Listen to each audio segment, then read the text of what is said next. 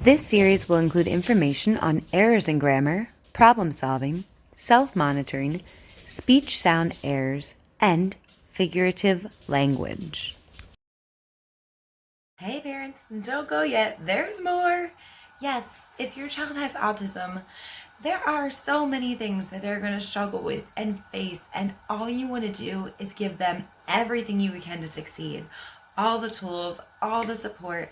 But the best thing for you, parents, is to understand just really how they're feeling and what are the things that they can work on. Because there's so many different things, so many ways to get lost. We have done 5 video series so that you really can find exactly what your child needs. But there's more. So wait, there's more moment. There are definitely some other things that could be interfering with the way your child communicates and their everyday life and how they're functioning. So I want you to be aware of some of the other things that maybe you can help with. Or if you're saying, yes, that is definitely something my child's struggling with too, I want to put that for you so that you're not just missing out. Now, of course, this is not inclusive of everything. There's always going to be something someone's working on. And if I didn't talk about it in any of these 6 series, I'm happy to. Let me know. Hey, my kid's working on this. I really need your help. I'd love some practice exercises. Just comment down below. This resource is for you. You let me know and I'm happy to provide. Before I jump into the big list of all the other things that you could work on, maybe your child may need additional help with, I want to talk to you about being consistent. So anything we've worked on, anything you are working on right now, be consistent with your child, especially for children with autism. These children really focus on structure and repetition and creating a good pattern for themselves. So obviously there are going to be times where their world is rocked and things didn't go as planned. That's normal. That's life. That is every day. And those are going to be maybe tough days for you, tough days for your child. But as much as you can, try to provide consistency and structure for your child.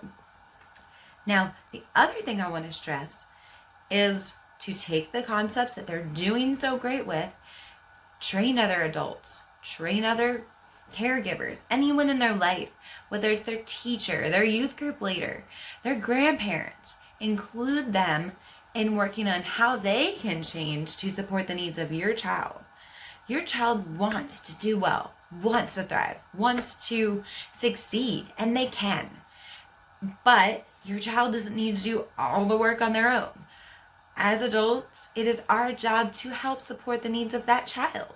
So really give all of those other people in your child's life the chance to learn, the chance to be trained, and help give them instruction on how they can help your child. So make sure that is something that you do. And as you make changes, keep them in the loop. Make sure they don't fall behind. If your child doesn't need a visual support anymore, tell them, hey, I know we did great with this. They don't need it now. They feel good about moving forward without that visual. Take it away. You can always add it back in. Just let everybody be on the same page. Almost think of it as a team that's just standing behind your child going, we got this, cheering them on, helping them out, giving them clues and support. So that is the best thing you can do. If your child's doing great in speech therapy or great in the classroom, try and figure out what's making them succeed. Talk to the person that is helping provide them primary instruction there. Talk to their peers. Talk to them and say, hey, what's working for you? Like, you really just, communication is key. Talk to them when you find something that works. Take that and apply it across all those settings, across all those conversational experiences. Generalize these things so that they're part of everything they're doing, and it'll help them learn better and faster and be able to retain more of it. So definitely encourage that. Well, here comes the part where I'm gonna go through the list and talk about some of those extra things that you could be working on and that your child may be having trouble with. I will also create some more parent education videos as well as practice exercises for these things. So make sure you check those out and make sure again that you let me know if you need more, because I'm happy to provide more. So let's see. Errors in grammar. This is a huge thing that these kids really struggle with. So errors in grammar could be decoding words or maybe expanding their literacy. Letter sound correspondence, so that's which letter says what sound. Some letters say multiple sounds, so it can be really confusing, especially when letters and spelling don't follow common spelling rules. So really important. Reading comprehension, generating sentences, and written expression. So generating sentences is just creating that sentence. Written expression is writing it down, which is very different from how we speak. Sometimes the way we speak comes across very clearly and we express ourselves really well. We go to put it in writing to follow rules for written expression. It can be really challenging for these students. When the rules don't mesh, again, consistency, it can be really frustrating. So I will create some videos for these things separately. Make sure you guys check those out. Make sure you ask questions. Okay, another thing I want to talk about is problem solving and self-monitoring. So the big thing is to make sure you're following goal-directed behaviors for these things. So things like executive functioning and self-awareness, nonverbal working memory, verbal working memory, self-motivation, emotional self-regulation, and planning and problem solving. Yes, that was a lot. I will make multiple videos for these things. And there will be lots of education and practice exercises, but basically what I'm saying is they need to be self-aware and be able to problem solve. And those are all the different things that are going to help them with those skills. Speech sound errors. So this could be how your child says a specific sound if they have trouble producing that sound. Maybe they substitute one sound for another in words. Or you're seeing multiple things that don't seem to make a lot of sense. Definitely talk to your doctors about this. A lot of sounds are developed around the age of 3 all the way through 8 years of age. When they're about 7 or 8 years old and they're still having trouble, I definitely recommend talking to your doctor. When they turn about 3, if they're having trouble with certain sounds, it's a great idea to talk to your doctor.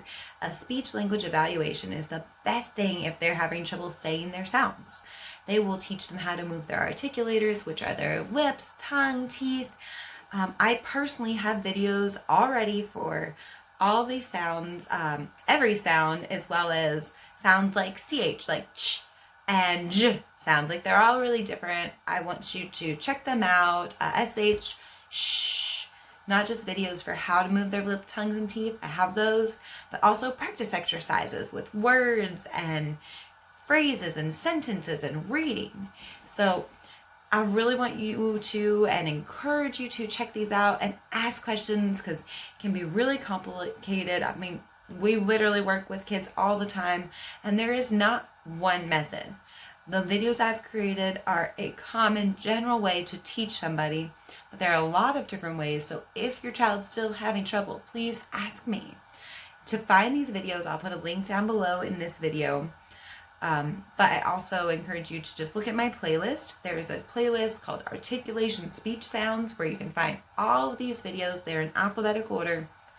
If you cannot find what you're looking for, let me know. I will be happy to give you a link, happy to point you in the right direction so that you can find what you need. I do recommend for kids having these troubles, then make sure to practice them often. If you go to your speech therapist and they say they have a phonological disorder, that is a speech sound disorder, but it is having trouble understanding a whole group of sounds, like maybe all sounds that are produced from the back of their mouth, or maybe sounds that are all in the front of their mouth, produced where they're using their teeth or they're using their lips. I have videos, these are called phonological processes. Check out the playlist Phonological Processes and practice. And your speech therapist will tell you exactly what process your child is having trouble with. And there are practice videos that include all these sounds, so they don't have to go through and practice each individual sound. So that may be something helpful for them. Again, if you need help finding these things, come to me. I'm happy to help. And then figurative language. So I really want to work with your child on these things. Check out the practice videos. Ask me questions. I'm so excited to help. I will see you guys soon. Bye. If you guys have questions, make sure you reach out. I'm always here to help. If you like more topics or more videos, just let me know what you want. See you soon.